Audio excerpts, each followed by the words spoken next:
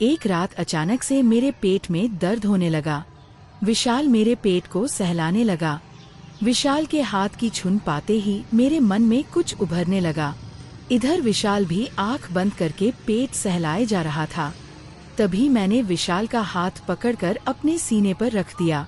विशाल के हाथ रखते ही मैं गुलाब की तरह खिल उठी।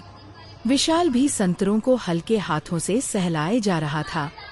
मैंने कहा, आह विशाल, जरा जोर जोर से सहलाओ। मैं अब पूरी तरह बहक चुकी थी और फिर हमने। नमस्कार दोस्तों, आज की इस रोमांचक कहानी में आप सबका स्वागत है।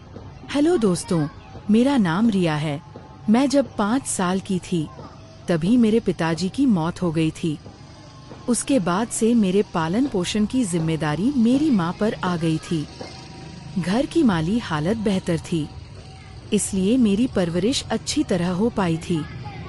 पिताजी के गुजर जाने के बाद मेरी माँ ने दूसरी शादी नहीं की, क्योंकि वे अपना पूरा ध्यान मुझे ही देना चाहती थी। वह मुझको पढ़ा लिखा कर डॉक्टर बनाना चाहती थी। मेरे पड़ोस में एक लड़का रहता था जिसका नाम विशाल था। मैं और विशाल एक ही उम्र के थे। हम साथ साथ पढ़ने जाते और साथ में ही खेलते थे और इसी तरह धीरे धीरे समय बीतता गया। एक दिन मेरी माँ बोली, देखो बेटी, तुम्हारी प्राइमरी की पढ़ाई यहाँ गांव में पूरी हो चुकी है।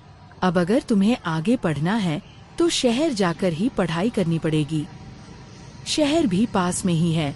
मैं विशाल के पापा से बात कर लूंगी। तुम दोनों साथ में जाना और वहाँ मन लगाकर पढ़ना। उन्होंने विशाल के पापा से बात कर ली और उन्होंने भी अपनी हामी भर दी। अब मैं और विशाल साथ साथ ही रिक्शे से शहर पढ़ने जाने लगे। हम दोनों धीरे धीरे आपस में काफी घुल मिल गए थे। स्कूल से आकर हम दोनों अक्सर साथ साथ रहते थे। अचानक एक दिन बादल छाए और भारी गरज के साथ पानी बरसने लगा। मैंने ई रिक्शे वाले से जल्दी घर लेने को कहा। इस पर रिक्शा वाले ने कुछ देर बरसात के थमने का इंतजार करने को कहा, पर मैं नहीं मानी और जल्दी घर चलने की जिद करने लगी। भारी बारिश के बीच तेज रफ्तार से चल रहा ई रिक्शा अचानक एक मोड़ पर आकर पलट गया। ड्राइवर रिक्शा वहीं छोड़कर भाग गया। मैं ई रिक्शा के बीच फंस गई, जबकि विशाल यह हादसा होते ही उछलकर दूर जा गिरा।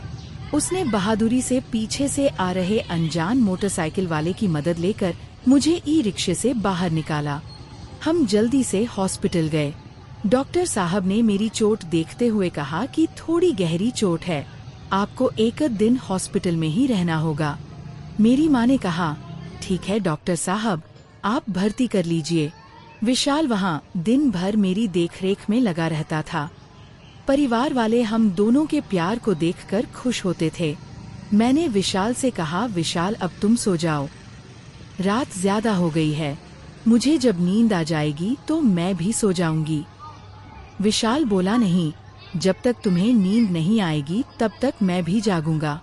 विशाल ने मेरी देखरेख में कोई कसर नहीं छोड़ी थी। उसकी इस खातिरदारी से मैं उसे अब और भी ज्यादा चाहने लगी थी।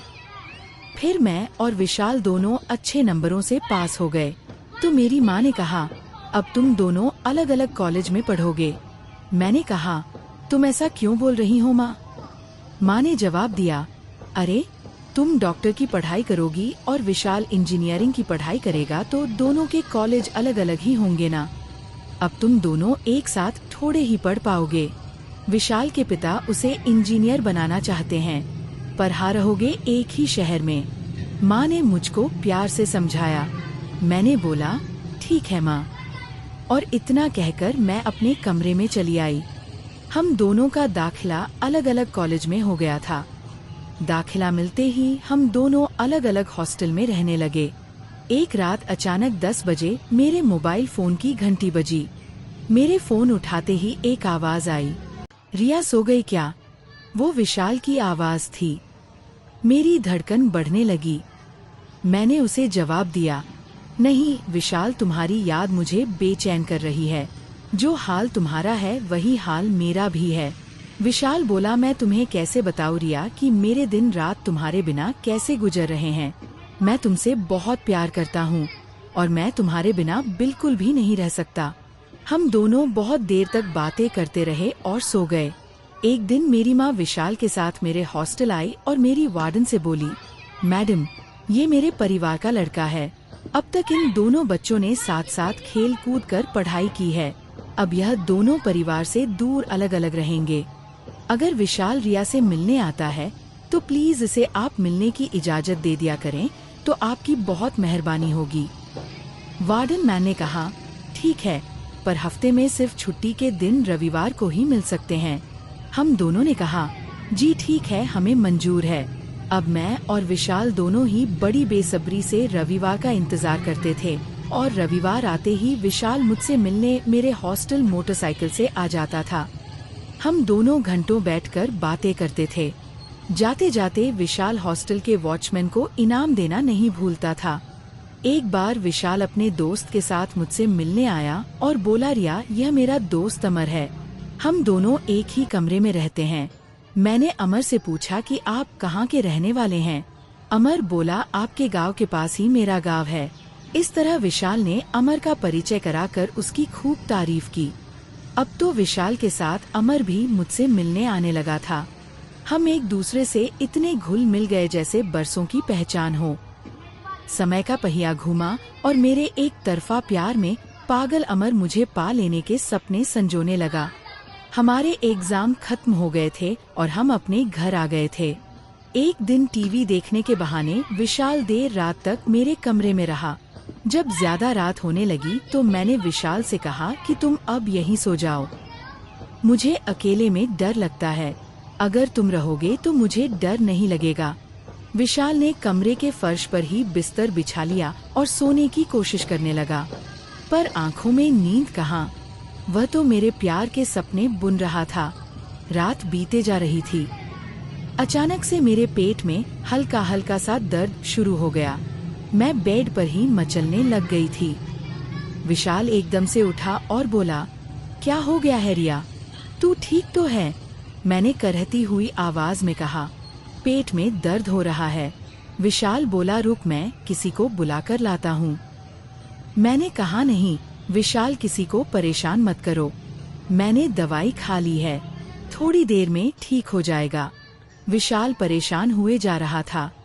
मैंने कहा, अच्छा, तुम यहाँ मेरे पास आकर बैठो और जरा मेरे पेट को सहलाओ, इससे शायद मुझे कुछ राहत मिले।